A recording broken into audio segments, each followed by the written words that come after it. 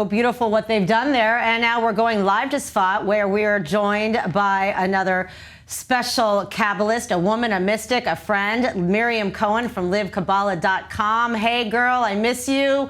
So close, yet so far.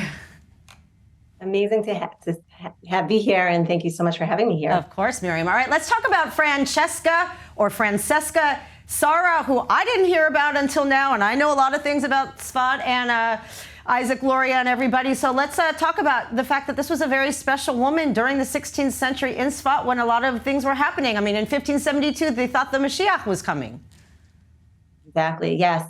So Rav Chaim Vital, one of the foremost Kabbalists, said about her in his book called the Sefer HaChezkonot, that she was the only woman that actually had a Magid, which is an angelic spirit that gave her the ability actually to tell the future.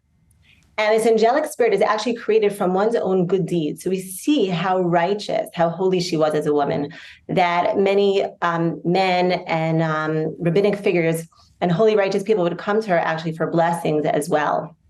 Wow, so interesting. So it's called a Magid, an angelic spirit. So explain that. So even these men, which we know, there was definitely a separation in what the men and the women could do. We know in Kabbalah, you need both energies. So explain, it's like she spoke to angels, she was able to foretell the future, and people actually acknowledged this as fact?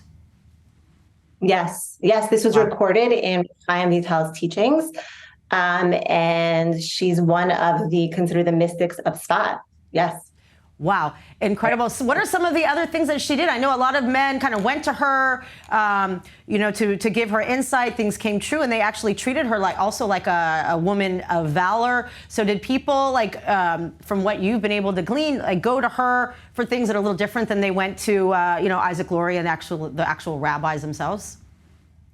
Yeah, so they went to her for blessings, for guidance, for support, for it really seems from what I've read up on her that she was really just on that caliber considered of the mystics of that time. Wow. All right, now let's talk about women of Tzfat now. You are one. You yourself are a woman of valor, as is your husband, the great Rabbi Amichai, and the beautiful work that you're doing there. So what's it like? I mean, we're seeing a lot. We also saw in the piece, there's a lot of special women living in Tzfat now. What does it mean to kind of be there and help to continue the light that is supposed to emanate from the air city?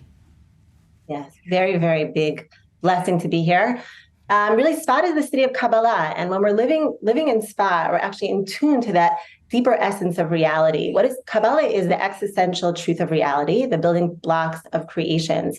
So our physical senses, our physical beings only see the external layers of reality. But living in Tzfat, we really are living from that place that everything has a soul. Everything is an expression of one unified field of godly energy. Mm-hmm. And through learning Kabbalah, and specifically learning in Tzfat, we're really able to peel away those levels of concealment to really see the reality and see the truth of reality for what it is.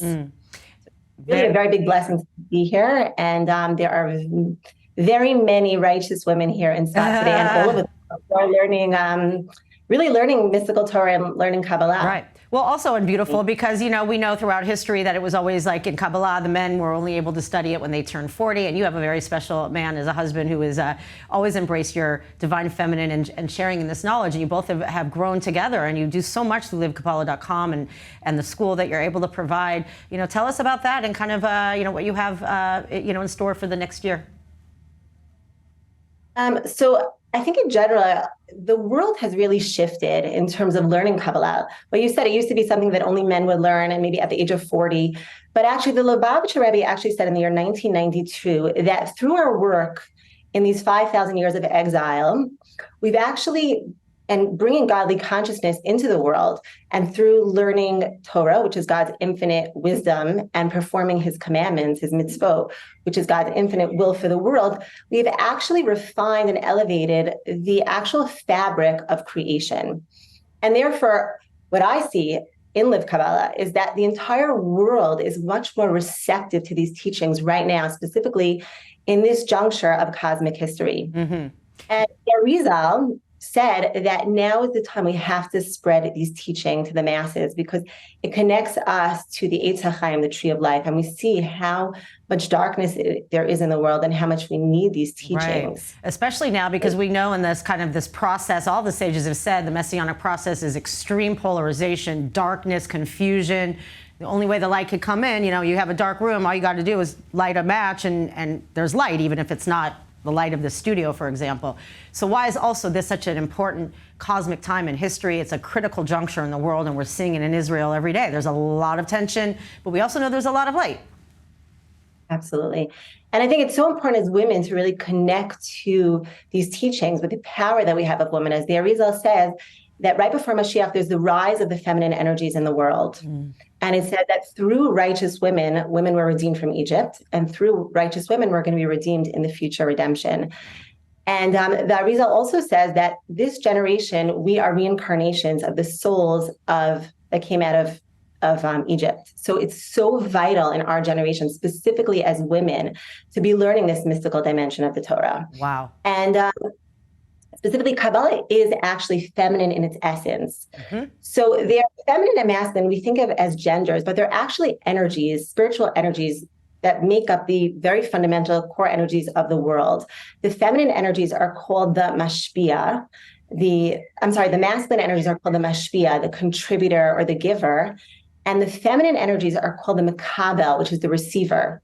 So in the dynamic of that relationship, the male gives the seed, he contributes the seed, and the woman receives that seed and creates something infinitely greater. She receives the seed and creates new life. Wow. And really fascinating, Kabbalah means to receive. So the energy of Kabbalah is actually a very feminine energy.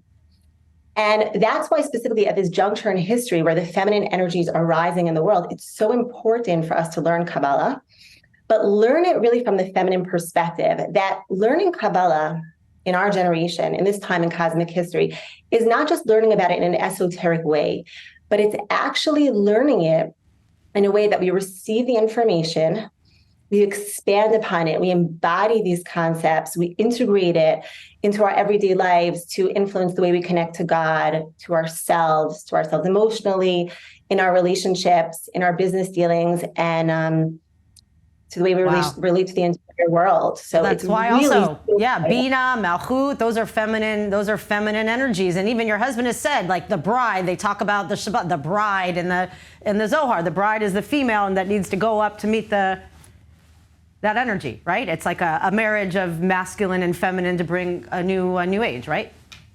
Exactly. So specifically, when we actually learn these teachings and we receive them, and we integrate them. And that's what we do in Live Kabbalah. It's actually called Live Kabbalah because it's not just receiving the teachings and just in a passive way, but it's actually living with it, integrating it.